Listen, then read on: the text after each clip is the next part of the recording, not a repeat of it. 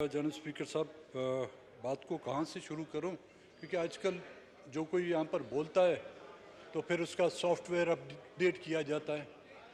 अब हम पुराने लोग हैं, हमारे पास तो सॉफ्टवेयर है ही नहीं। या तो किसी का सॉफ्टवेयर अपडेट किया जाता है या किसी का मदर बोर्ड ही ले जाते हैं। बहरहाल बोलना तो पड़ेगा, क्योंकि बचपन से एक बुरी सी आदत पड़ी हुई है। जनरल स्पीकर साहब, आपको याद होगा जब हम वहाँ पर बैठते थे, अब भी वहाँ पे बैठते थे, आजकल आप वहाँ पर, हम यहाँ पर आए हैं। एक बात मैंने कही थी कि अभी तक यहाँ पर ये तय नहीं हुआ है कि यहाँ पर सुप्रीम कौन है, सुप्रीम अथॉरिटी कौन है। और या पार्लियामेंट सुप्रीम है, अदलिया सुप्रीम है, या अस्करी कुव्वतें सुप्रीम हैं, या कोई और कुव्वत है जो यहाँ पर सुप्रीम है। लेकिन आज दिन तक, और न सिर्फ उस दिन से बल्कि 1947 से लेकर आज दिन तक ये बात तय नहीं की गई है कि यहाँ पर सुप्रीम अथॉरिटी कौन है।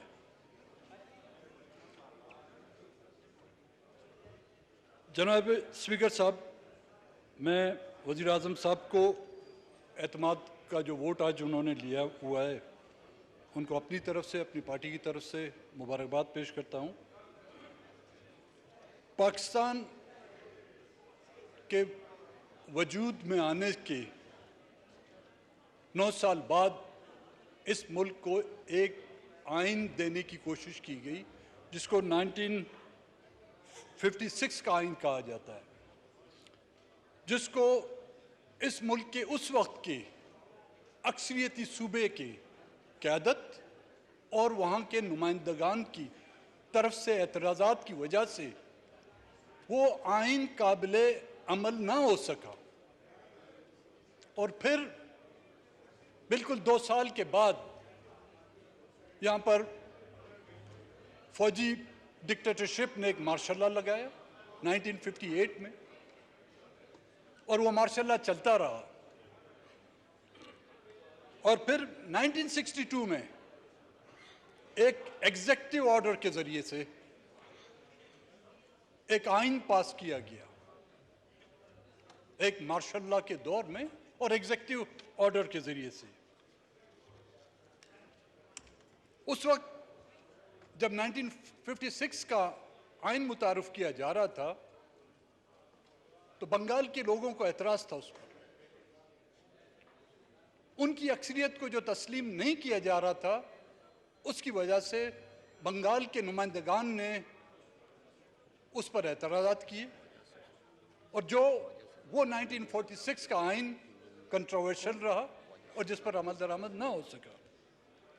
फिर आते हैं मुल्क के उस हिस्से को खोने के बाद, फिर हमें होश आया और कई कोशिशों के बावजूद 1973 का कॉन्स्टिट्यूशन मुतारिफ कराया गया।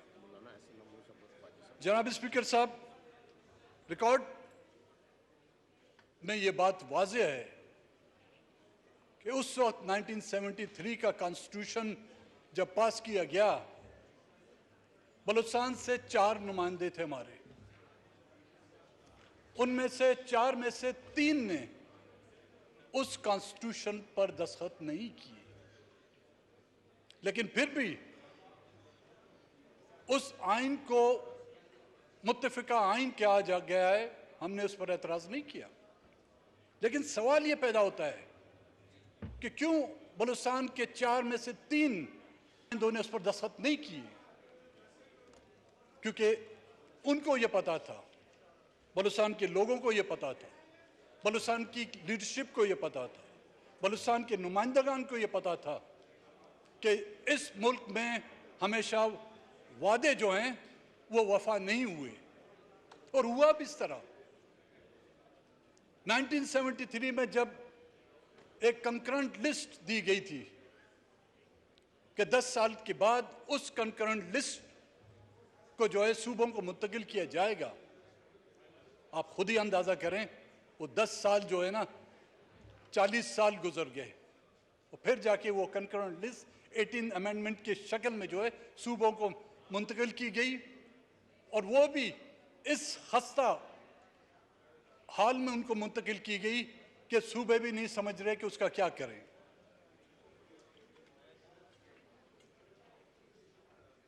आज भी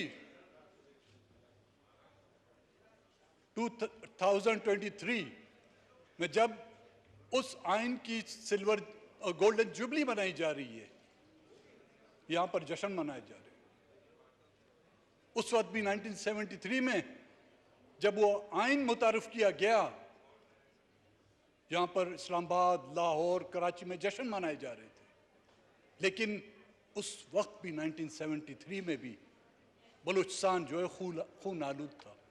और आज के दिन मैं 1973 की 1993 की 2003 की बात नहीं कर रहा हूं, मैं 2023 की बात कर रहा हूं, जब यहां पर गोल्डन जुबली मनाई जा रही है।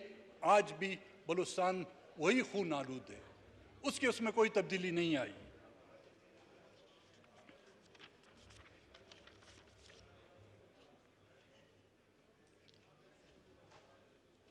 जनाब स्पीकर साहब,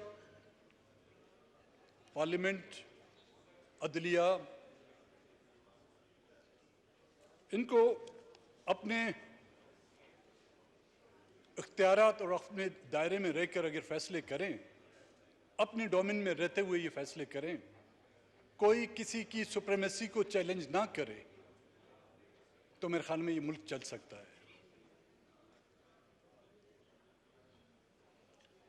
लेकिन ये हम देखें, जो हम पार्लियामेंटेरियन हैं, हम कितने संजीदा हैं। 1973 का जो कॉन्स्टिट्यूशन बनाया गया, और उसी 1973 के में ही उसमें अमेंडमेंट लाई गई। आज दिन तक 25 के करीब इसमें अमेंडमेंट लाई गई है। जनाब स्पीकर साहब, इस आइन की हालत देखकर वाकईतन हमें तरस आ रहा है। हम बलूचिस्तान के लोग जब इसको देखते हैं और अपनी हालत इससे कंपेयर करते हैं, तो हमें अपने आप पर कम तरस आता है, इस पर ज्यादा तरस आता है। इस आइन को बनाने से लेकर आज दिन तक इस आइन की क्या हालत की गई है। यहां पर 3 जो माशाल्लाह लगे, एक माशाल्लाह जो अयूबी दौर में लगा है, उसने अपने ही 1956 के आइन को जो है ना रोनते हुए 1958 में माशाल्लाह लगाया। लेकिन 1973 के आइन को 2 मरतबा डायरेक्टली जो है उस पर शपे खून मारा गया, और किसके लिए? मुल्क की इस्तकामत के लिए, मुल्क के इदारों को मजबूत करने के लिए नहीं, अपनी अजारादारी कायम करने के लिए। चंद इदारों ने अपनी अजारादारी को कायम करने के लिए मुल्क के बनाए हुए आइन को जो है अपने बूटों तले रौंद दिया। किसका क्या किया गया? हम जो पार्लियामेंटेरियन हैं, उसके बाद उससे पहले हुक्मरानी तो हमारी रही है ना जी, चाहे किसी भी शक्ल में रही है। उस आइन को पामाल करने वाले किसी एक शख्स को हम कटहरे में लाए? क्या हमारी जो कमेटियां हैं, सब कमेटियां हैं, किसी एक कमेटी ने उस आइन पामाल करने वाले या जनरल से लेकर सिपाही तक उनको उस कटहरे में लाके पूछा कि तुमने क्या किया है, किसको खुश करने के लिए किया है और किसकी इमाम पर किया है? नहीं,